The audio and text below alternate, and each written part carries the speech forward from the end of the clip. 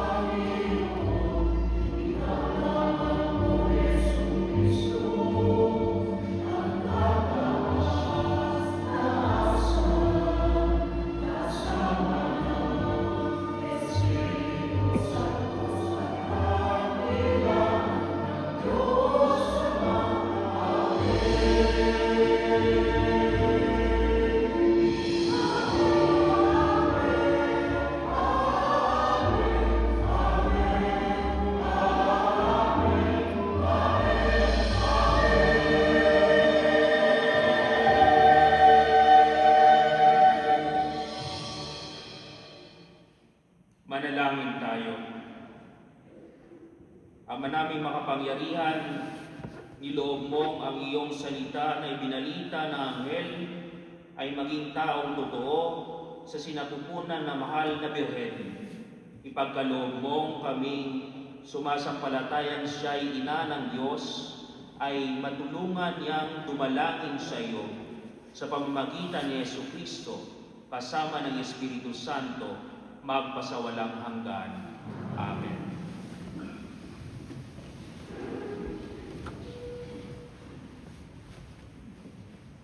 Pagbasa mula sa ikalawang aklat kay Samuel. Si David ay panatag ng nakatira sa kanyang bahay. Sa tulong ng Panginoon, hindi na siya ginambala ng kanyang mga kaaway. Tinawag niya si Nathan at sinabi, "Nakikita mong nakatira ako sa tahanang Cedro, ngunit ang kaban ng tipan ay sa tulda lamang." Sumagot si Nathan, "Isagawa mo ang iyong iniisip, sapagkat ang Panginoon ay sumasa iyo." Ngunit ng gabing iyo'y sinabi ng Panginoon kay Nathan, "Ganito ang sabihin mo kay David, ipagtatayo mo ba ako ng tahanan? Inalis kita sa pagpapastol ng tupa upang gawing pinuno ng bayang Israel. Kasama mo ako sa anumang dakot at lahat kong mga kaaway ay aking nilipod. Gagawin kong dakila ang iyong pangalan tulad ng mga dakilang tao sa daigdig. Bibigyan ko ang Israel ng kanyang lupa at doon ko patitirahin. Wala nang gagambala sa kanila roon. Wala nang aalipin sa kanila tulad noong una, buhat nang maglagay ako ng hukom nila. Magiging mapayapas sapagkat wala nang gagambala sa iyo. Bukod dito, akong Panginoon ay nagsasabi sa iyo, patatatagin ko ang iyong sambahayan. Pagkamatay mo, isa sa iyong mga anak ang ipapalit ko sa iyo. Patatatagin ko ang kanyang kaharian. Kikilan din ko siyang anak at ako'y na may magiging ama niya. Magiging matatag ang iyong sambahayan. Ang iyong kaharian ay hindi mawawaglit sa aking paningin at mananatili ang iyong trono." Ang salita ng Diyos.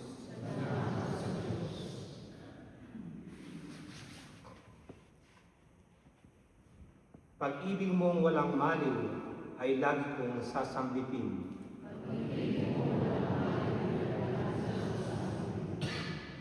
Pag-ibig mo poon na di nagmamaliw, ang sa tuwi-tuwi na ako'y aking aawitin. Ang katapatan mo'y laging sasambitin, yaong pag-ibig mo'y walang katapusan, sintatag ng langit ang iyong katapatan.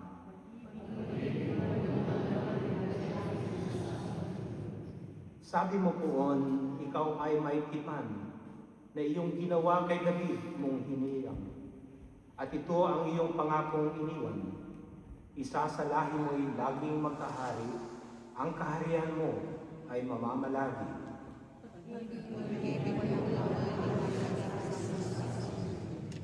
Gagawin ko siyang anak na panganay, mataas na hari nitong daigdigan.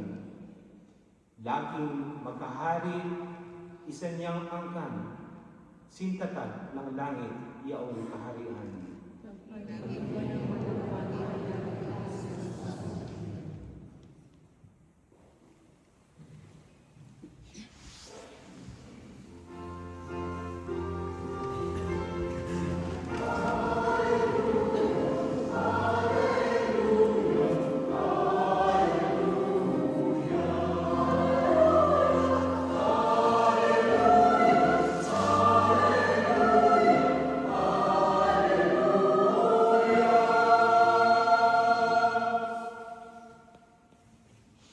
Sinag ng bukang liwayway at araw ng kaligtasan, halina't kami tanglawan. Sumainyo ang Panginoon. Ang mabuting balita ng Panginoon ayon kay San Lucas.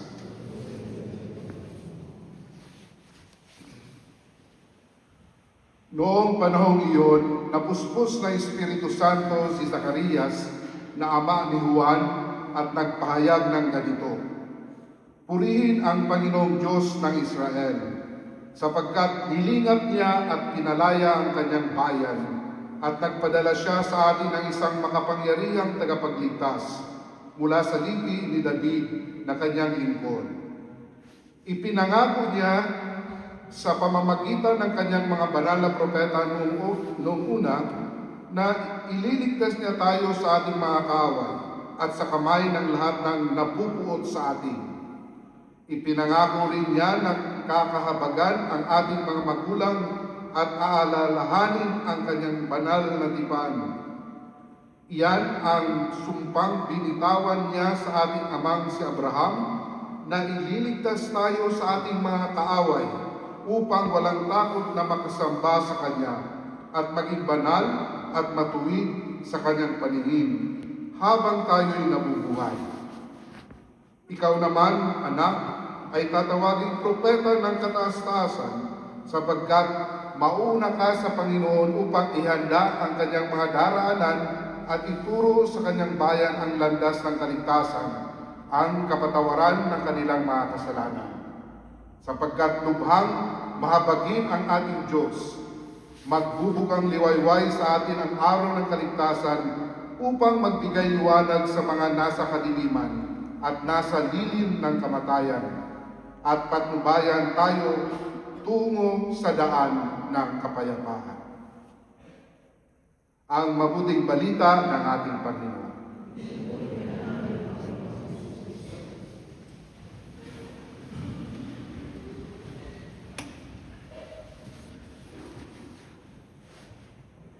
Sa ating mga bisitang pare, lalo na sa kay Father Christian Estrada, welcome po sa ating simbang gabi dito po sa Vienna. Si Father Christian ay isang SBD priest na ngayon nakadestino po sa Roma. At andito po siya sa atin, nagbibisita at nakikisa sa ating misa. Of course, ang ating misyonero pare, si Father Patrick na nagbimisyon sa Russia. Mga kapatid, magandang gabi po sa inyong lahat. Sa huling simbang gabi po natin, narinig natin ang tinatawag na Benedictus ni Zacarias. Sa English, itong tinatawag na Canticle of Zechariah. Blessed be the Lord, the God of Israel. Kung si Maria ay may Magnificat, Benedictus naman ang kay Zacarias. Itong Benedictus ay isang papuri at pasasalamat sa Diyos na tapat sa kanyang pangako. Ilang beses po natin narinig sa ating ebanghelyo yung salitang pangako. Narinig po natin sa mga nakaraang ebanghelyo na si Zacarias ay napiti dahil siya nagduda. So matagal si Zacarias na natahimik, ngunit nang makapagsalita na siya, ang lumabas sa kanyang bibig ay papuri at pag-asa. Ipinahayag ni Zacarias na ang Diyos ay kumikilos sa kasaysayan ng tao at tinutupad ang kanyang pangako o tipan. Ako ang inyong Diyos at kayo ang aking bayan. Mga kapatid, dalawang tulog na lang, Pasko na. At inaanyayahan tayong lahat na i-renew, baguhin natin ang ating pangako sa Diyos. Napiliin siya bilang ating Panginoon at hindi ang mga idolo na gawa at bigay ng mundo sa atin. Ang Pasko po ay paalala na ang Diyos ay naging tao upang akayin tayong mga tao pabalik sa Diyos. Siya ang Diyos na Emmanuel na palaging sumasa atin. Sa kanyang kababaang loob, ipinakita ng Diyos na ang dating parang imposible, gaya ng kabanalan, kabutihan at buhay na walang hanggan, ay posible pala. Akala natin noon, mananaig ang dilim palagi. Ngunit sa huli, ang kanyang liwanag din pala ang babasag dito. Mga kapatid, tapat ang Diyos sa kanyang pangako, kahit ang tao hindi. God, our God remains faithful to all of us in spite of our betrayal, in spite of our infidelities. At ito po ang laman at kahulugan ng Benedictus ni Zacarias. At sana po maging reminder or maybe wake-up call para sa atin na maging tapat at totoo rin sa Diyos. Mga kapatid, taos-puso nating pinasasalamatan ang lahat po ng nakatapos ng siyam na araw ng simbang gabi. Pwede bang malaman kung sino nakakumpleto? Marami-rami na rin. Ang inyong pong pagtsatsaga, ang inyong pong pagsakripisyo ay isang benedictus. Isang buhay na papuri sa Diyos. At sa mga hindi naman nakakumpleto ng nobena, huwag kayong panghinaan ng loob. Ang mahalaga po ay narito kayo ngayon at nakikiisa sa ating selebrasyon. Alam ko may iba sa inyo na nagsisimba gabi lang sa simula at sa huli. Ang iba naman ay doon lang sa kabila, sa dinner field dahil may agape. Pero alam niyo po, hindi yun ang mahalaga. Ang mahalaga ay malaman natin, ma-realize natin na ang Diyos po ay hindi nagbibilang ng araw. Dahil tinitingnan niya ang bawat puso natin. Huwag sana nating sayangin ang mga aral at mensahe ng simbang gabi. Sana magdala ito ng pagbabagong buhay, hindi pagbabagong mukha. Sabi nga ni Father Efren kagabi, dapat ang change ay hindi cosmetic, hindi pagbabagong mukha, kundi pagbabago ng puso. Kung inaayos nyo ang inyong mukha, kung maganda ang inyong pagpinta, sana maganda din ang paglinis at pagpinta nyo sa inyong puso upang ito'y maging karapat-dapat sa mata ng Diyos. Sana ang simbang gabi ito ay magdala po sa atin sa pagbabalik loob sa Diyos. Hindi pagkatapos nito ay balik bisyo ulit o balik kasalanan ulit dating gawin. Sana po ang simbang gabi ito ay magdala sa atin sa pakikipagkapwa-tao, hindi sa pagkamakasarili at pagkadominante. Kaya tayo na ngayon ay ang mga henerasyon na magpapatuloy ng papuring sinimulan ni Zacarias at ni Maria. Sana po dala-dala natin sa ating pag-uwi at sa pang-araw-araw nating nabuhay ang Benedictus at Magnificat na bigay ng mga tao ito sa atin. Na nag-aanyaya sa atin na magsisi, na magmahalan bilang magkakapatid at magkakasama sa paggawa ng kabutihan. Hayaan po natin dalhin tayo ni Kristo mula sa dilim tungo sa liwanag, mula sa takot tungo sa pag-asa, at mula sa pagkakahiwalay tungo sa kapayapaan. Kung magagawa po natin ito, ang ating buhay ay salamin ng Benedictus at Magnificat ni Maria. At kung gayon din, merong kahulugan at merong epekto ang ating simbang gabi. Amen.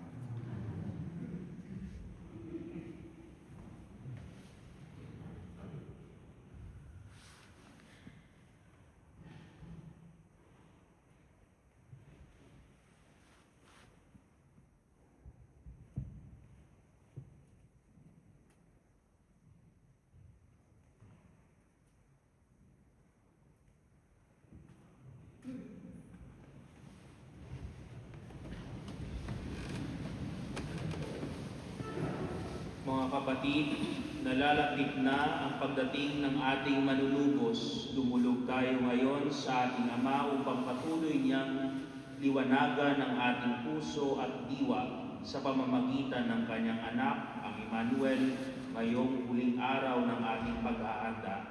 Ating idalangin, Amang mapagmahal, liwanagan mo ang aming puso. Amang mapagmahal, liwanagan mo ang aming puso. Diyos naming mapagmahal, masalamin nawa namin iyong simbahan, ang liwanag ng iyong kabutihan, katotohanan at pag-ibig. Manalangin tayo. Diyos naming mapagmahal, masalamin din nawa ng lahat ng lingkod bayan ang iyong liwanag sa kanilang tapat na pagpapatupad ng makatwirang batas at panuntunan. Manalangin tayo. Liwanagan mo ang aming Diyos naming mapagmahal, liwanagan mo kaming natitipon ngayon sa aming pagsusumikap maging tapat na Kristiyano. Manalangin tayo. Amang mapagmahal, liwanagan mo ang aming puso. Diyos naming mapagmahal, liwanagan mo silang mga tinawag mo na sa kamatayan at pahimlayin sila sa iyong piling. Manalangin tayo. Amang mapagmahal, liwanagan mo ang aming puso. Sa ilang sandali ng katahimikan, itaas natin sa Diyos ang ating mga pansariling kahilingan. Gayon din ang mga taong lubos na nangangailangan ng ating panalangin.